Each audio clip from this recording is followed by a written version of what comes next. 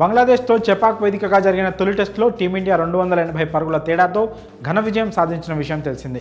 515 పరుగుల టార్గెట్తో బరిలోకి దిగిన బంగ్లాను తన స్పిన్ మాయాజాలంతో దెబ్బకొట్టాడు రవిచంద్రన్ అశ్విన్. తొలి ఇన్నింగ్స్లో బ్యాట్తో చెలరేగి సెంచరీ చేసిన ఈ వెటరన్ ప్లేయర్ రెండో ఇన్నింగ్స్లో బంతితో అదరగొట్టాడు. ఇక ఈ మ్యాచ్లో అద్భుతంగా రాణించిన అశ్విన్ పలు రికార్డులను తన ఖాతాలో వేసుకున్నాడు. కాగా అశ్విన్ గేమ్కు ఫిదా అయిన Team India run machine Virat Kohli చేసిన చర్య ప్రస్తుతం నెట్టింట వైరల్గా మారింది.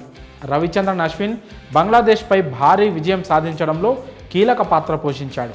తొలి ఇన్నింగ్స్లో 144 పరుగులకే 6 వికెట్లు కోల్పోయి కష్టాల్లో ఉన్న జట్టును జడేజాతో కలిసి సూపర్ సెంచరీతో ఆదుకున్నాడు. ఇక రెండో ఇన్నింగ్స్లో తన స్పిన్ మ్యాజిక్తో బంగ్లా ఇన్నింగ్స్ను కుప్పకూల్చాడు. 6 వికెట్లతో చెలరేగి ఇండియాకు భారీ విజయాన్ని కట్టబెట్టాడు. ఈ క్రమంలోనే తన కెరియర్లో 37వసారి 5 వికెట్ల హాల్ను సాధించాడు అశ్విన్. వరల్డ్ క్రికెట్లో ఈ ఘనత సాధించిన రెండో బౌలర్గా ఆసీస్ దిగ్గజం షేన్ వార్న్తో కలిసి సంయుక్తంగా రెండో స్థానంలో నిలిచాడు. వీరికంటే ముందు 67 సార్లు 5 వికెట్ల హాల్ సాధించి అగ్రస్థానంలో శ్రీలంక మాజీ క్రికెటర్ ముత్తయ్య మురళీధరన్ కొనసాగుతున్నాడు.